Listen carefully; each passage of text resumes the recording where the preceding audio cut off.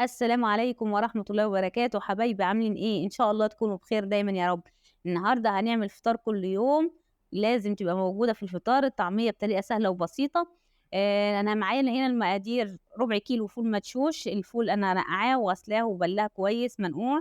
معايا بصل ومعايا توم، معايا خضرة، الخضرة متقطعة صغير، ومعايا هنا التوابل، ملح وكمون وفلفل وكزبرة ناشفة. دي التوابل الموجودة معايا، ومعايا ال7 بهارات. أول حاجة قبل ما نبدأ ما تنسوش تحطوا لايك وشير وسبسكرايب ونفعل الجرس عشان يوصلنا كل جديد.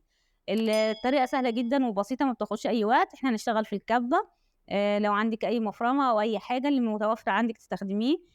أنا الفول زي ما قُلنا مثلًا لو أنا هاعمل طعمية بالليل يبقى لازم أنقعه من الصبح وأعملها بالليل، بياخد حوالي 12 ساعة منقوع، بحيث إن هو يبقى معايا خلاص على الآخر. أنا مش هاحط الكمية كلّها، هاحط حبّة، حبّة وأضرب عشان خاطر تطحن معايا كويس، وفي نفس الوقت تدّيني نتيجة كويسة وما يبقاش تقيل على الكبة. بانزّل مقاديري حبّة، حبّة عشان خاطر تدّيني نتيجة أفضل. زي ما أنتِ شايفة أنا بانزّل باشيل كل شوية أفتح الغطا وأنزّل شوية وأضرب تاني. بالطريقة دي على طول لغاية لمّا أكمّل كمية الفول المدشوش. أنا مش عاملة كتير بس هي ربع كيلو بس كمية الربع كيلو ده تعمل معايا كمية عجينة طعمية كويسة أوي. دلوقتي بقى هاضرب تاني، كل ما أعملها يعني تتضرب الحبة اللي أنا حطيتها باحط تاني عشان تتضرب مع نفس المستوى.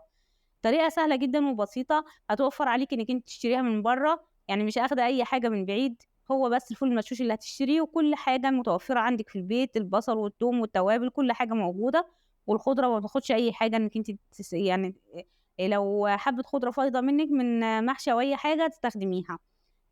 هاضرب تاني زي ما أنتِ شايفة كمية الفول بنخلّصها، وبنحط بقى مقاديرنا حبّة، حبّة، حاجة، حاجة بالترتيب.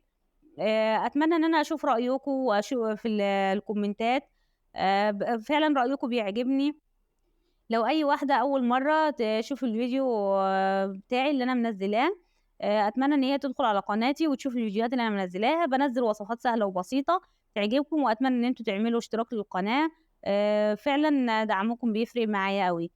زي ما أنتِ شايفة أنا باحاول بقى دلوقتي إن أنا أنزّل بمعلقة وبأي حاجة عشان خاطر اللي طلع لفوق ده ينزل لتحت ويتطحن معايا كويس. بابدأ إن أنا أحط فصوص التوم على حسب ما أنتِ تحبّي الكمية، هو أنا حاطة يعني راس توم صغيّرة.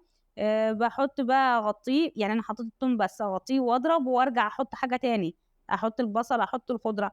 الخضرة أفضّل إن أنتِ ما تحطّيش شبت، ممكن كزبرة وبقدونس، بتبقى جميلة أوي في الطعمية.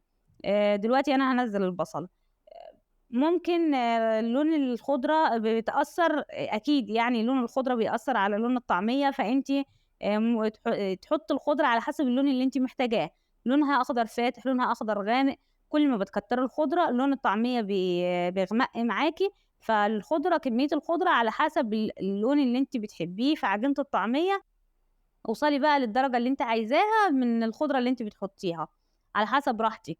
الطريقة فعلًا سهلة وبسيطة ما بتاخدش أي وقت ولا أي مجهود معاكِ، يعني زي ما أنتِ شايفة وأنا واقفة. الخضرة أهوّة بدأنا ننزّلها. طبعًا التوابل دي آخر حاجة خالص، إحنا ما بنحطّهاش في الكبة. الملح والتوابل لمّا بنحطّيها في الكبة أو في الخلاط على أي تتبيلة بتأثّر على السلاح بتاع الخلاط أو الكبة، بتخلّيه يتلم معاكِ كده وما يبقاش كويس، ما يدّيكيش اللي هو درجة التقطيع الكويسة اللي أنتِ محتاجاها أو الفورم اللي أنتِ محتاجاها. فأنا أنصحِك حتى لو أنتِ هتعملي مثلًا خلطة فراخ أو خلطة لحوم أو توابل، تتبيلة لأي حاجة، ما تحطّيش معاكِ الملح أو التوابل في الكبة، بعد ما تخلّصي بحُطّي التوابل زي ما أنتِ عايزة.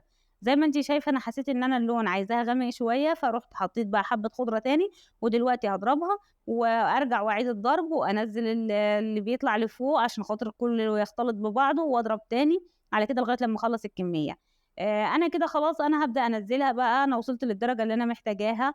هافتح الكبة وهانزّلها معايا، أنا لسه ما حطيتش التوابل خالص زي ما اتفقنا. وهاورّي لِك إحنا هنعمل إزاي التوابل هنحطها إزاي وهنقلّبها إزاي.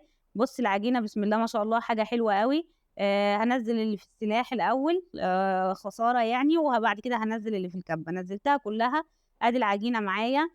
زي ما أنتِ شايفة بسم الله ما شاء الله حاجة حلوة أوي. أنا نزّلت بقى التوابل هاخلطها كويس أوي. عشان خاطر الملح اللي فيها بيخلّيها تنزّل مَيّة كده وبيخلّيها شوفي عجينة بسم الله ما شاء الله كمية كبيرة أوي وحلوة. لو أنا دلوقتي عايزة أعمل طعمية أقول لِك إحنا هنحط لها إيه، يعني أنا حاطة توابل بس. زي ما أنتِ شايفة حاجة أساسية، البضاية دي اختياري على حسب راحتِك أنتِ بتحبي تحطيها والّا لأ، بس أنا باحب أحطها في الطعمية بتنفش معايا أوي. حبة بيكنج باودر صغيرة جدًا وبسيطة. كده خلاص الطعمية جاهزة معايا.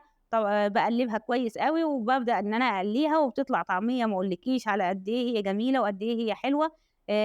شوفي الكمية باورّيها لِك قد إيه. هاقسّمها بقى وأحطها في أكياس وأفرّزها في الفريزر، كل ما أحتاج باطلّع منها.